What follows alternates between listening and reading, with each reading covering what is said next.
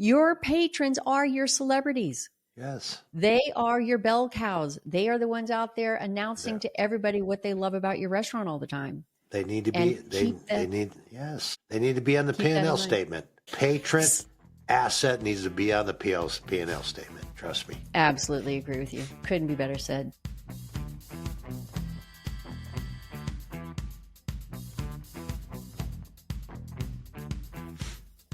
Hi, everybody. Welcome back to Mastering Restaurant Revenue, another episode for you, the podcast where restaurant dreams meet real world strategy.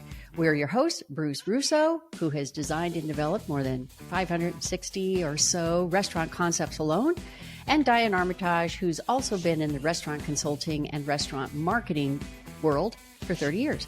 So between the two of us, we've got 75 years between us, and you guys are starting to ask us a lot of questions on this podcast. So today we are answering just a few more questions from the first initial ones that have rolled into our YouTube community, as well as our masteringrestaurantrevenue.com community. Always welcome to send us questions because we love helping people out with these kinds of questions. Okay, so first of all, Bruce, how are you doing? I'm good. Good. I'm glad to hear it. So we've had 2 episodes wrap already with questions about restaurant build and restaurant design. We've got one person here who's asking a question about marketing, and he was like, this one is more for Diane. So I will talk about this briefly, and then we're going to get into a really interesting conversation about the next question coming up. So this particular gentleman, Chris from Philly, said that when you talk about the 3 foundational revenue streams, I get your 3 pillars. Number 1 pillar is increase your clients. Number 2 pillar is increase the average transaction size. And number 3 is increase the number of transactions. And when I did the episode about this, I talked about how you don't want to just focus on one pillar, like a diving board. You want to focus on building out 3 pillars at the same time. And even if you move those by 5% or 10% or 15% each pillar, you're going exponential in your revenue instead of geometric in your revenue. And he had said that you mentioned briefly that your regular patrons can help you increase clients. So when it comes to regular patrons helping you increase clients, I consider this more about number 3, increasing the number of your transactions, because you're not spending the marketing dollars on the front end to get those new clients in the door. You are using joint ventures and endorsements to get new clients from your existing clients. So he said, your regular patrons helping you increase clients, how do you suggest that this happen? And so I will give you an example of something that happened in my town that I watched rather closely, and they've tried it for 2 years, and it hasn't been incredibly successful, but they are trying to paper the community around them, and they're targeting a specific kind of audience that they believe is more fit for their concept. And then they send them an invitation to come in and try 2 dinners for free. And it's a great idea for the most part. But what's happening here is that the regular patrons who are going in and spending thousands of dollars a year with this particular restaurant are a little miffed because they have friends who've never been in the restaurant saying, hey, I got this free thing for 2 free dinners at this great restaurant. Did you get your postcard? We could go together. And they're like, no, we didn't get a postcard, even though we're spending tens of thousands of dollars there. And so this caused a bit of a ripple, right? Because the regular patrons felt sort of miffed and not really taken care of. And the newbies were going in and getting this free meal. And so what I would do instead is you want your biggest fans to bring in your newest clients. And if they are your biggest fans and if they're talking about you, they're going to be talking about you whether you're incentivizing them to bring in your clients or not. And when I say incentivize, I don't mean you're paying them money, but when they are coming in, you're appreciating them. You may buy them a cocktail. You may buy them an appetizer every now and then. You may come out and talk to them. They love having you talk to them and remember your stories and your names. It's just like being a great bartender, but extending that through the entire front of house, including your back of house chefs. I think it's great when a chef will wander out and talk to a few of the regular patrons, even new patrons, introduce himself or herself, but really make those return clients feel great. Because if you make them feel like the most important person in the world, they will do anything for you to help you grow your business. So what I would do is I would send an invite to those regular patrons, the ones who are spending the most in your entity each year, with an invite to bring 2 of their friends with you for that dinner. Then they are going out and making the invite themselves. They feel privileged. They feel honored that you thought of them to bring 2 friends in who've never tried the restaurant before.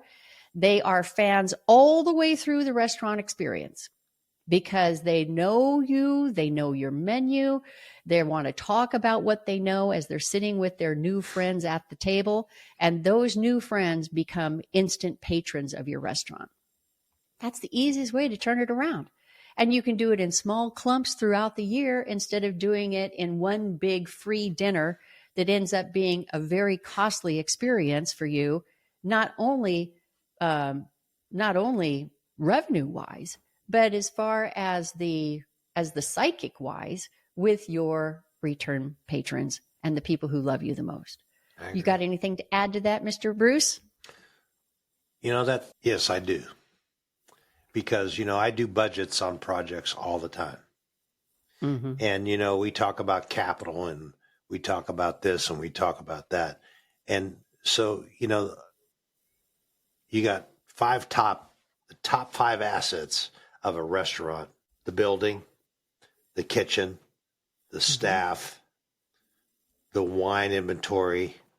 But, the biggest account that never has money in it is the relationship capital line item. Yes, relationship. I love that. That's one of your top assets is the restaurant, is your customer base. But I don't ever see relationship capital as a line item, just blank. But yet you go down to the marketing line item and they got $2 million there. Right. And it's or even $200,000 there. It doesn't matter. Whatever that number is, the relationship number is always left empty. And exactly. I can tell you for the dollar that you input, that is a heck of a lot more. You're in the marketing business, marketing. So what is return on a marketing dollar? What do you typically see? 5 cents on a dollar? 8 cents on a dollar? Typically even less than that on a marketing dollar. To get a new client in the door, you mean? Yeah. Yes. Okay, yeah. So let's take, you have a client base. They're the asset to the restaurant. Mm-hmm. Okay, you've already paid to get them there. You have. Okay. So utilize that asset. Exactly. That's my point. So is it a big deal operational wise to buy that couple of bottle of wine? We know what a wine program is. We know what the markup is on wine. Well, we know what a couple cocktails is. Okay. For heaven's sake. Here's the thing. If the owner is looking at, well, you know how much that bottle of wine is? Yeah, I do. But let me tell you something. If you could take the price that you paid for that and you put in wholesale dollars in marketing, your marketing dollars aren't wholesale. You're paying the whole enchilada. This is wholesale dollars that you're putting into the asset that you already have. Exactly. And you look at the return on those wholesale dollars, it's probably 50, 60%. And let me tell you, again, you're in the marketing business. I don't know any marketing you can do that you can get a 50 or 60% return. Absolutely. And the other important thing about the 3 pillars we talk about, increasing clients is that new clientele, right? And yes. And if you're putting the marketing budget into the number 1 pillar and you're not taking care of 2 or 3, number 2 is increasing the size of the transaction per patron, right? That is staff training.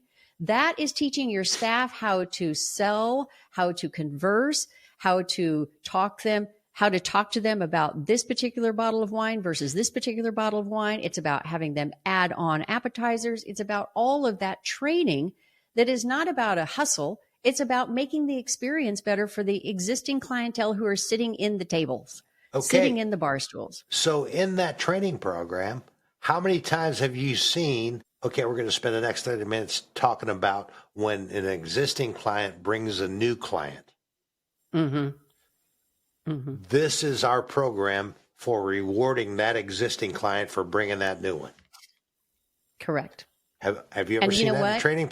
Have you ever seen that in a training program? Never. I have never seen it in training. Never. But let me tell you this, the successful owners that are in the $100 to $200 ticket average, why do you think they're so successful? Agreed. There is nobody who can sell your restaurant concept better than a patron who loves you. Exactly. I have friends who eat out every single day of the week. Every single day of the week. They are foodies. They love it. And when they go to their home in Palm Desert, they know every restaurant that they love to go there. They know all of the people there. They know the owners there. And they come back to me, who never goes to Palm Desert, and they talk about the restaurants there. They are sold on them.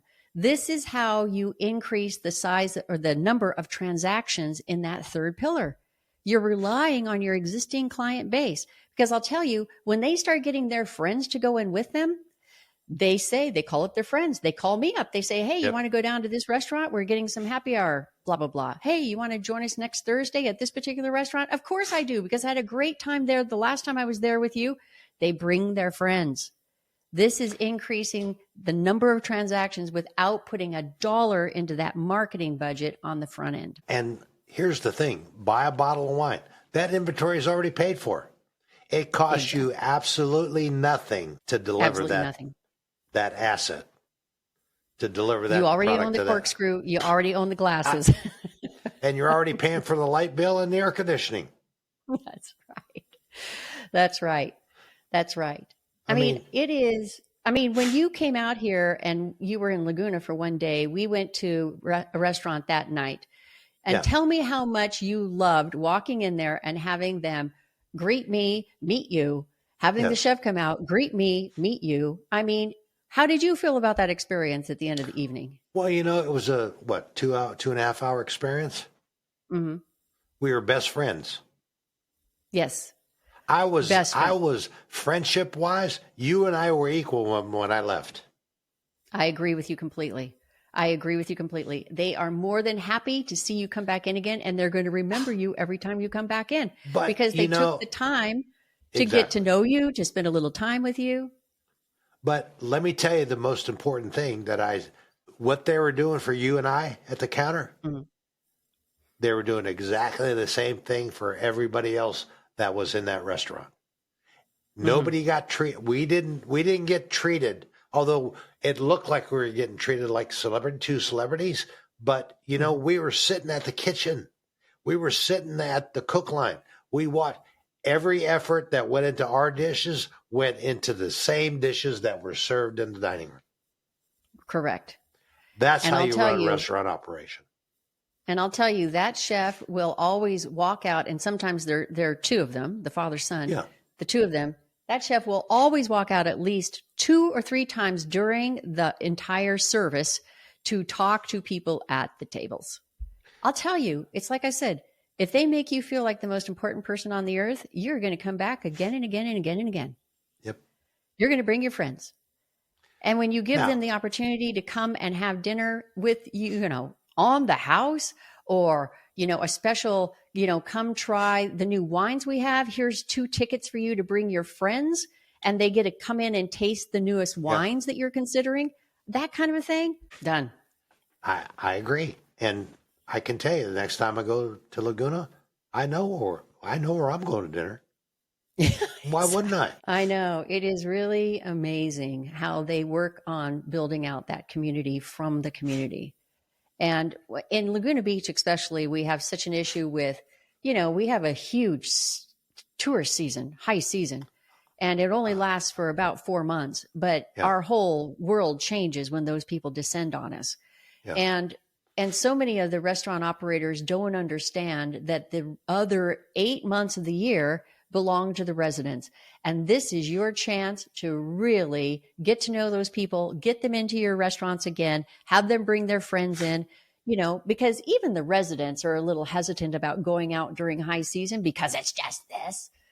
But I'll tell you, one of the great things is, I actually have a few restaurants here in this town who will cater to residents and make sure that they get them in at every possible opportunity they can during the high season when they see their name. And this is why it's so important to have that open table where you've got notes on your regular patrons for any host at the host stand, so that they understand that these are regulars. You treat them like long lost friends, even if you're a brand new host. Okay, yes, the regular patrons need the special. They're the special breed. Mm-hmm. They got access 12 months of the year, 7 days a week. And when the tourists come, every owner wants that business. But what the tourists need to understand, and there needs to be marketing done in this direction. Hey, you're a tourist here. The restaurants love to have you here. But here's the big but. We got our restaurants pretty full 7 days a week with regular patrons. So make your reservation early and be courteous of every patron in our restaurant, please. Be courteous of our servers. You know what happens. You know what happens when it's high season. Mm-hmm. There's a lot of people that come that we don't know where they got their human being sticker.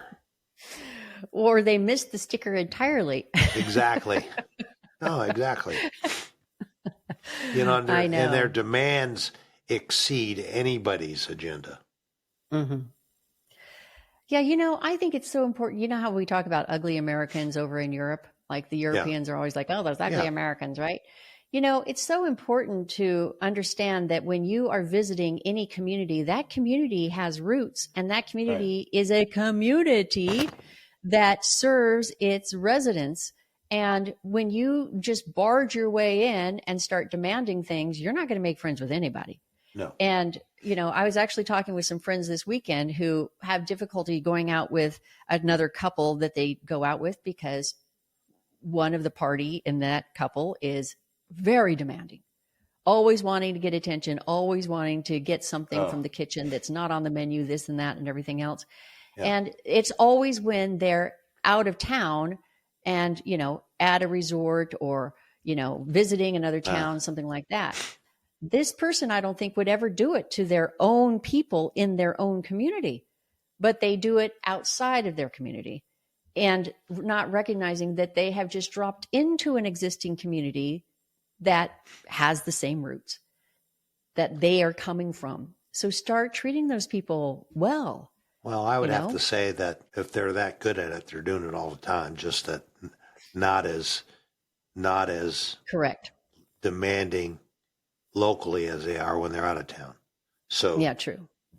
It's that human being sticker. Yeah. Yeah. Somebody, there's people out there that just, they do an excellent job and practice the hell out of it. I prefer not to be around that kind of people. No, I agree. I agree with you completely. It's uncomfortable for the table when you're in a situation like that. Very much so. But I'll tell you, when you have your patrons pushing you, I always talk about third-party endorsement being the most powerful endorsement around. And, this is why celebrities are paid to endorse. Or if you get a celebrity to actually endorse you without paying that celebrity, and everyone knows that the celebrity just endorsed you because they love you, that's huge. Your patrons are your celebrities. Yes. They are your bell cows. They are the ones out there announcing to everybody what they love about your restaurant all the time. They need to be. They need to be on the P&L statement. The patron asset needs to be on the P&L statement. Trust me. Absolutely agree with you. Couldn't be better said. Okay, I love that we chatted about that, but I do want to move into this other quick one here. Unless you have more to say about marketing, but boy, relationships versus the marketing on the P&L. So, I I could drop my little tidbits every now and then, but when I do, they're typically a pretty big balloon. Yeah, your tidbits are great. Okay, let's talk about something that is an interesting question from somebody. So Carol, who is in Northern California, she said, with all of Bruce's experience, at what point does Bruce walk away from a restaurant design contract? And at what point does he walk away from a restaurant build contract? And does he do one without the other? Okay, number one, yes, I do one without the other. My preference for both myself and the client is to do the design and the build. And I'm going to tell you why. It saves them a ton of money. And the number one ingredient that it saves is time. It's probably the most streamlined way to get from A to Z, because you got one person to call. You got one person to ask. I mean, and we control everything. We control, the colors, the furniture, the fixtures. And what a lot of owners think, well, I could do that myself and save money. Yeah, you can, but let me just tell you about this business. This is a tough business that I'm in. The restaurant business is tough business. And why these owners, and we do it every day. We buy furniture every day. We buy kitchens every day. We buy marble every day. And we have suppliers that count on us. And we have suppliers that envy our business. I don't understand when a restaurant owner comes to me, well, I'm going to buy all the furniture because I can get it cheaper. Right. Well, let me just ask you a question, Mr. Owner. How many restaurants of furniture have you bought? Well, I never have. But I know a guy knows a guy that can get you. I said, we run away from those deals like that. And so, we just went through one. We took it all the way to the end, and here's my final number. He says, well, I don't have that much to spend. Well, this is a great time to find out. Well, but I'm going to build a restaurant because I got somebody that can do it for half of what you can. I said, trust me, you're not building this restaurant for 100% less than what I bid it for, because we're competitive, and he had three bids within 10% of mine, and one bid that was half of mine. And then you did look at the bid that was half of yours. And I looked at the guy's bid, because typically what happens when somebody underbids, it's, they scroll through the drawings and find ways to blame the architect. They look for ways to blame the design team. Well, they missed this and they missed that. Well, so I took his bid and I went through it. Well, I hate to say, he was missing about $1.2 million worth of stuff. Yeah. Not even addressed. Yeah. Well, the interesting thing that I find in the work that I've been doing with you is how many restaurant owners have second gen equipment, and they want to go with that, or they want to go find their own online kitchen equipment because they know it's going to be cheaper, and they're buying it in piecemeal. And it's a disaster every time. And it burns through your timeline because you're trying to do these, and you don't even know how to negotiate restaurant equipment as a restaurant owner in most cases. Wouldn't you agree? Yes. So let's just put some asterisks in the sky. Number one, I know I've bought over 450 kitchens. Okay. If you ever seen a line item stack of a kitchen, a commercial kitchen and bar, there's 300 or 400 items on that list. That's true. And there's still things that we miss.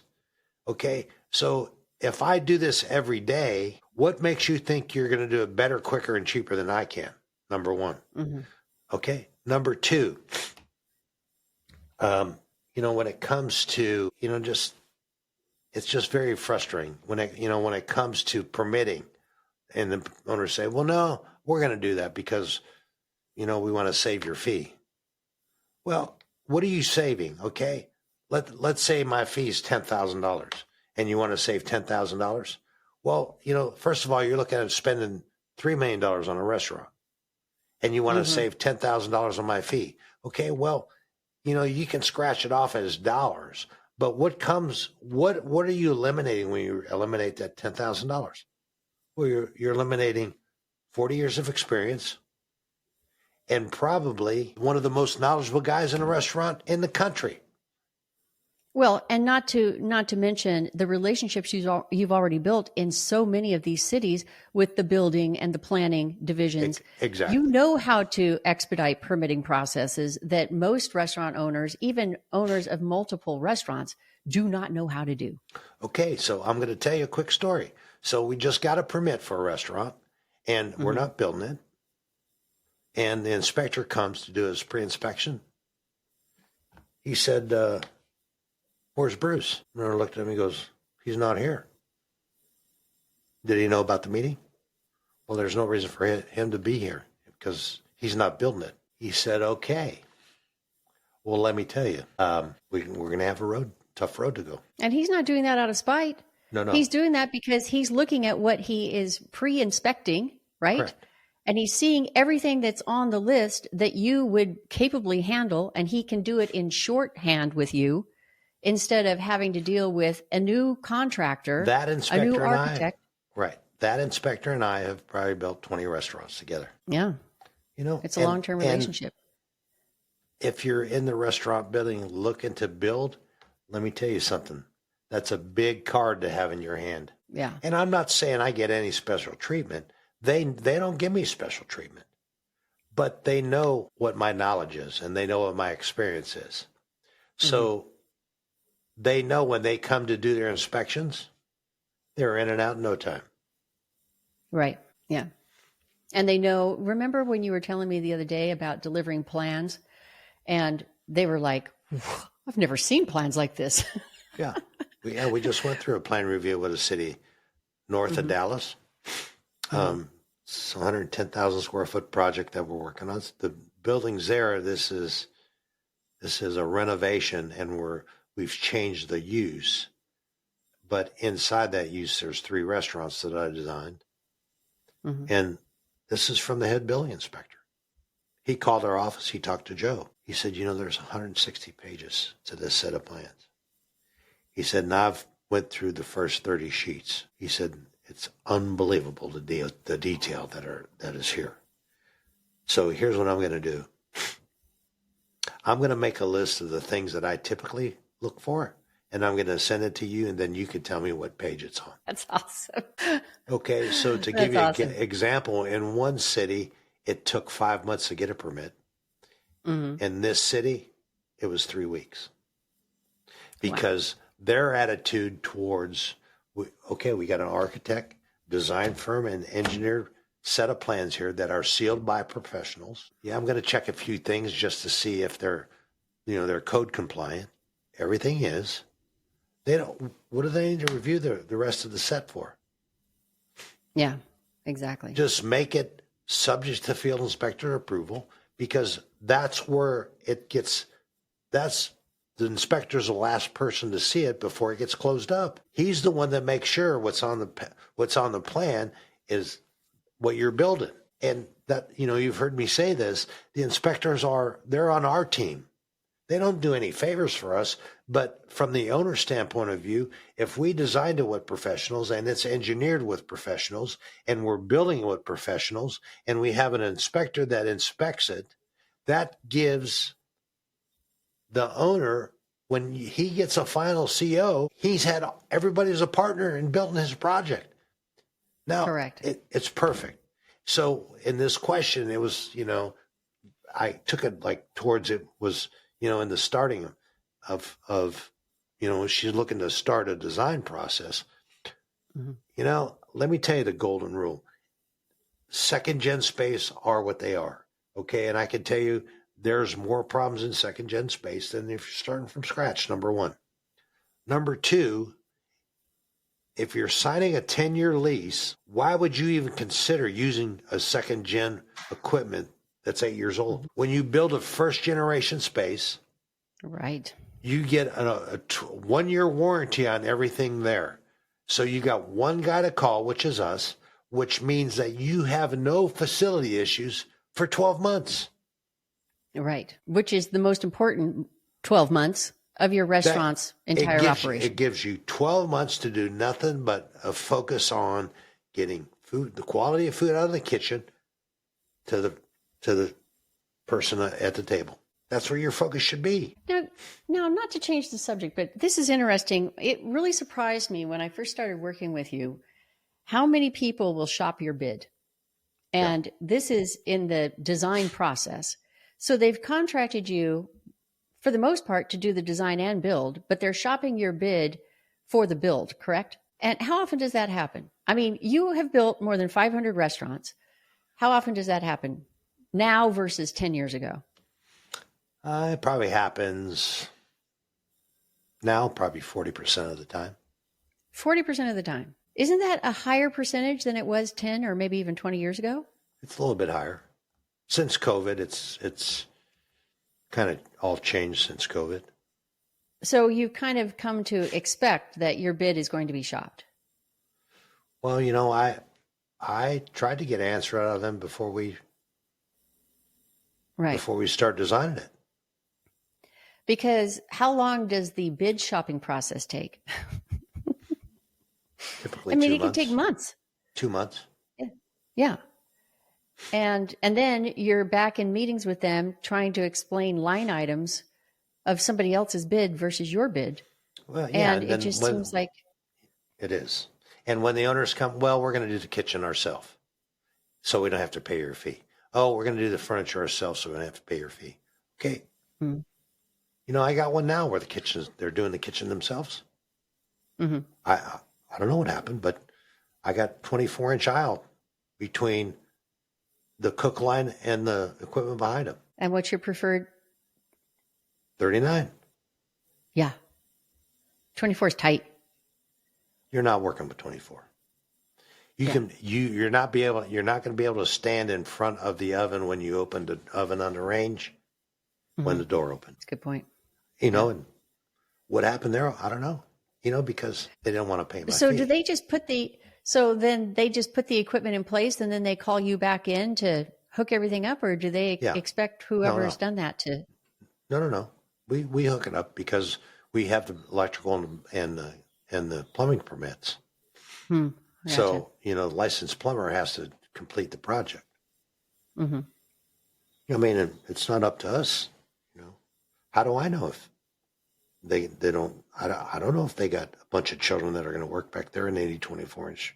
I don't know. I wasn't involved in it. I've never seen the kitchen plan until the equipment showed. Well, I still haven't. The equipment showed up. We let them in. And so they didn't follow any of your manufacturing plant design in the kitchen. They went with, or did they use that and roughly? I designed where the kitchen needed to be, so the manufacturing steps are there.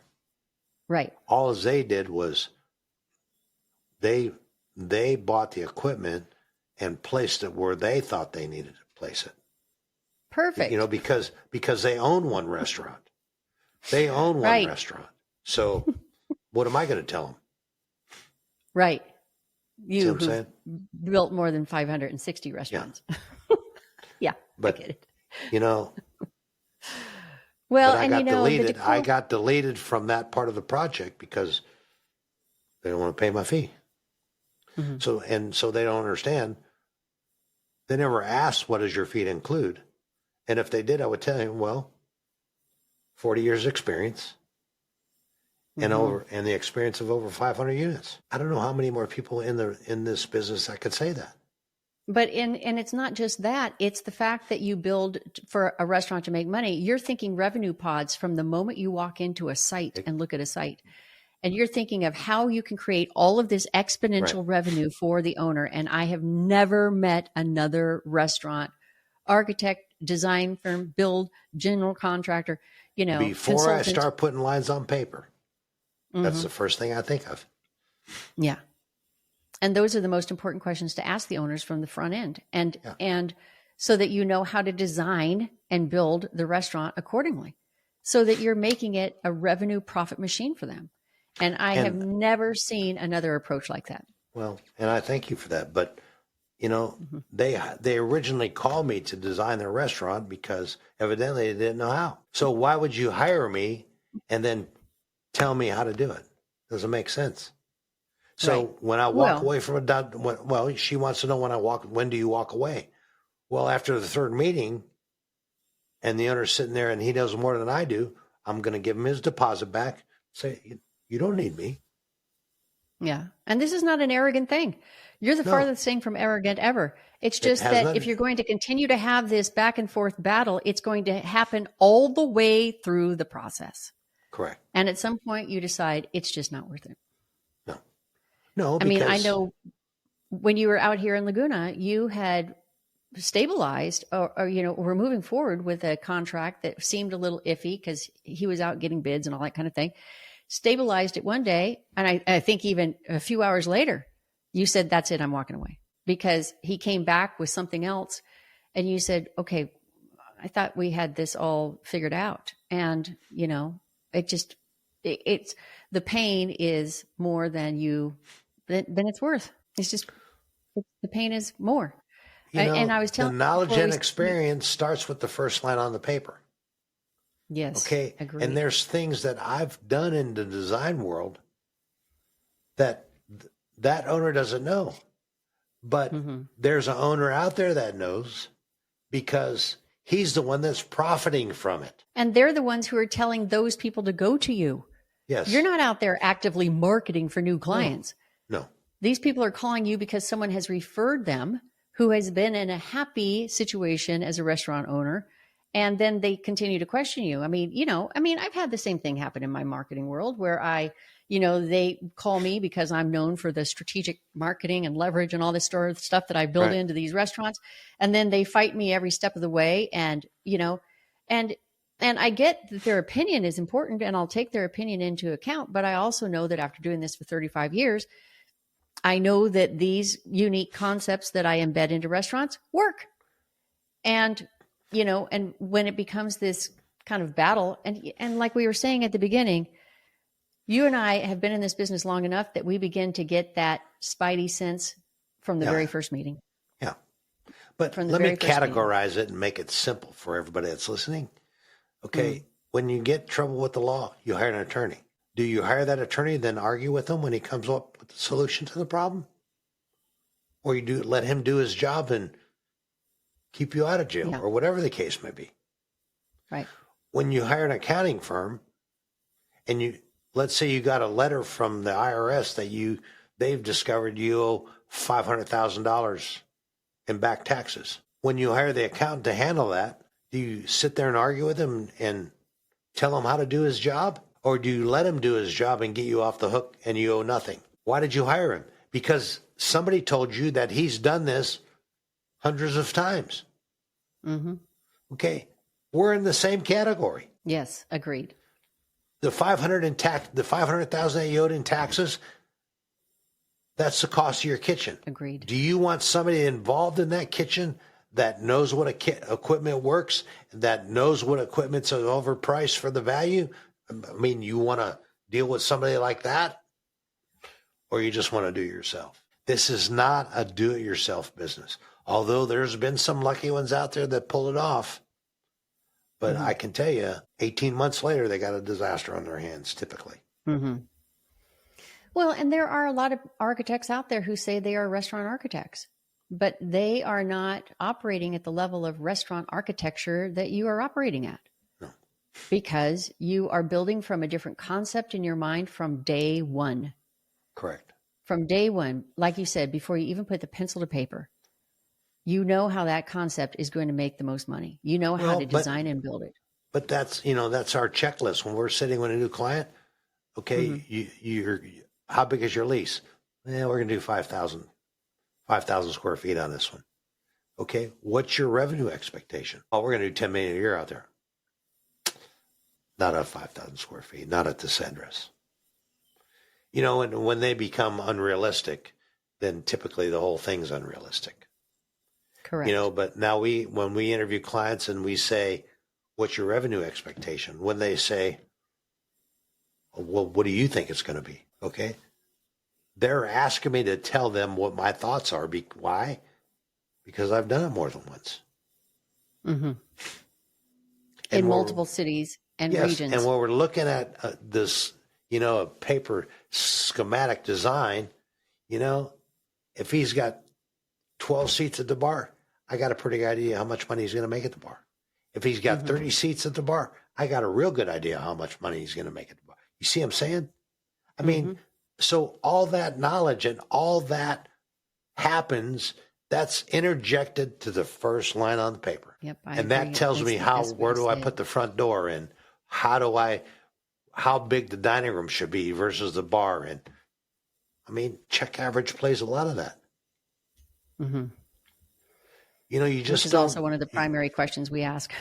Yeah. I mean, and you just don't sit there and design a rectangle box of 5,000 square feet. Mm-hmm. Wow, this really looks good. Yeah, it does look good. But does it function? Does it make money?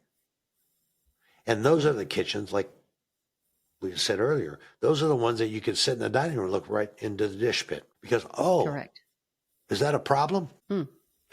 But look at the circulation path. Yeah, I am looking at the circulation path.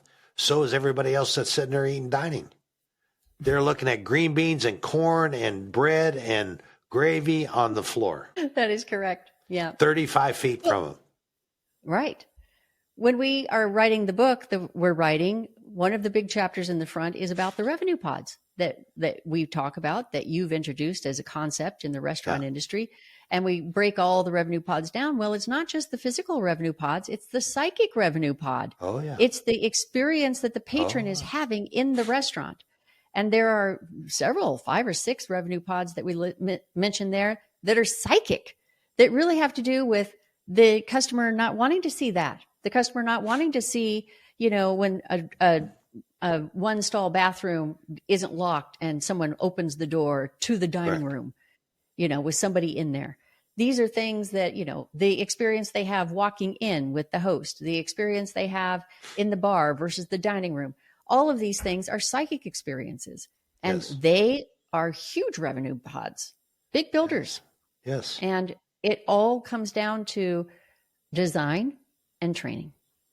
But design is the key. It's the foundation. So let's finish up on this question. When we pass on the build side, I'm going to tell you what every restaurant design that I do, it's very complicated to build. And when they bring somebody inexperienced, I'll give you an example. I had somebody hire a tilt wall contractor to build probably one of the most detailed restaurants I ever designed. And when you say tilt wall contractor, what does that mean? Tilt wall contractor, they build warehouses. Okay. That's what I thought. By the train tracks. That's where things are stored. They build 25-foot tall, 1 million square foot buildings that are built they're concrete box. Mm-hmm.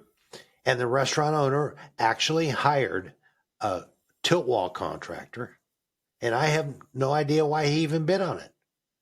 But he won the contract because his bid was $300,000 less than mine.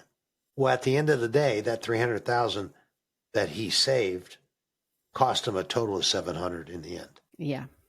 And I can't begin to tell you the fee because I was there every week trying to. When I have to get involved in the means and methods, they're in trouble. Right. Exactly. When they have to bring you in on the back end because the build isn't going well, or the build has been done and it's not working properly. They're better off. They're better off drawing a line in the sand and firing who they got, and just bring us in. Yeah. Because it's never a happy environment after that. No, I can imagine. Yeah. Yeah. And I've been in situations like that too, on the marketing end. When I walk a 2,800 square foot restaurant and I got 122 items on a punch list, and there's things that I've rejected, not fix or repair, rejected. I probably had 40 line items on there that I rejected to work, period. Wow. Tear it out and redo it. Yeah. Whether it got done or not, I have no idea. But, you you're asking somebody who designed your business to build your business. To me, having that same guy there, I already know what it's going to look like. Okay. I envision what it looked like when I was drawing it. So why would you hire somebody out of that loop when you can continue with the guy? Because let me tell you, while we're in permit, we're typically buying out the project. Mm-hmm. When we wait for the first round of comments, because that tells us what the city likes and dislikes. And if there's things on it that they dislike, then we know. After we get that first list of comments, that's when we start the buyout. We start the buyout of the marble, the tile, all the finishes, all the fixtures, the light fixtures, everything. And we even start on the kitchen. So we have typically 50 to 60% of the project bought out the day we get the building permit. And like you've said before, you don't wait for the kitchen to be done before you start front of house. No. You're doing simultaneous work. Correct. Because sometimes the kitchen will get held up on a permitting process or a building inspection process. My goal when I build a restaurant is to finish the back of the house first. Mm-hmm. Because if you got something, a piece that is wrong or missing, it's typically a 4 to 6 week lead time. Right. And typically the restaurant was designed for it, and you just can't go to a dealer and buy that piece. But if the front of the house, I get, if for some reason the tile that we're putting down isn't, something's wrong with it, we can't get the same stuff, take the old stuff out and put you know what I'm saying? The finishes are always the last thing to happen in the front of the house. Yeah. So, but you're buying everything correct in the permitting process so that correct. You're keeping everything expedited. And the other thing too, that a lot of people don't recognize is that, you've got the same people working for you, the plumbers, the electricians, all of those people, they're all working for you as a crew. They're your crew. They're not people you go out and hire independent contractors of. No. They're all in your stable. And they've been with you for decades. We don't bid out subcontractor stuff. We use the same guys over and over and over again, have for years. I mean, we got people that've been with us 30 years. And let me tell you something. Themselves. Everybody on one of my projects, everybody knows how to build a restaurant. Because if they didn't know it, I taught them how. So I don't have plumbing in the way of the electrician. And I don't have electrical in the way of the plumber. And I don't have mechanical work in the way because they all talk, right. And they all communicate, and it's a very smooth process. Correct. It's all expedited. So front to end. All right. Well, I thought that was great. I thought that was a great answer. Do you have anything else to add to her question? No. That was 30-minute answer, but pretty much answered everything that she was asking. I love it, though. Sorry for the other people on your list. I guess we'll have to make another episode.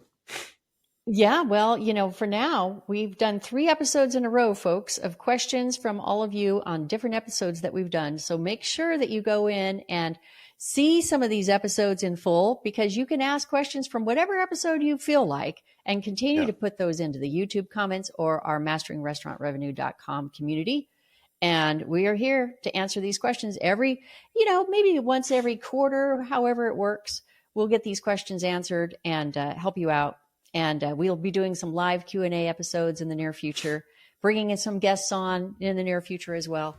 So thank you for listening so raptly to our episodes and coming up with these questions, because anybody who's brave enough to ask a question, there's 100 others of you out there thinking the same question. So I'm glad that you guys are putting these questions forward. I agree. Yeah. I agree. Anything else to add, Bruce? No, I think that's it for today. I mean, yeah, we had great time answering these questions, and we will let you folks go, and we will see you next week in Mastering Restaurant Revenue. You guys make it a great week. Thank you, everybody. Thank you for joining Bruce and Diane on this journey of mastering restaurant revenue. Please take a moment to like, subscribe, and share your thoughts in the comments below. Your feedback helps them deliver even more of what you want to hear. Until next time, keep refining your approach, stay passionate about your craft, And here's to your restaurant's continued success.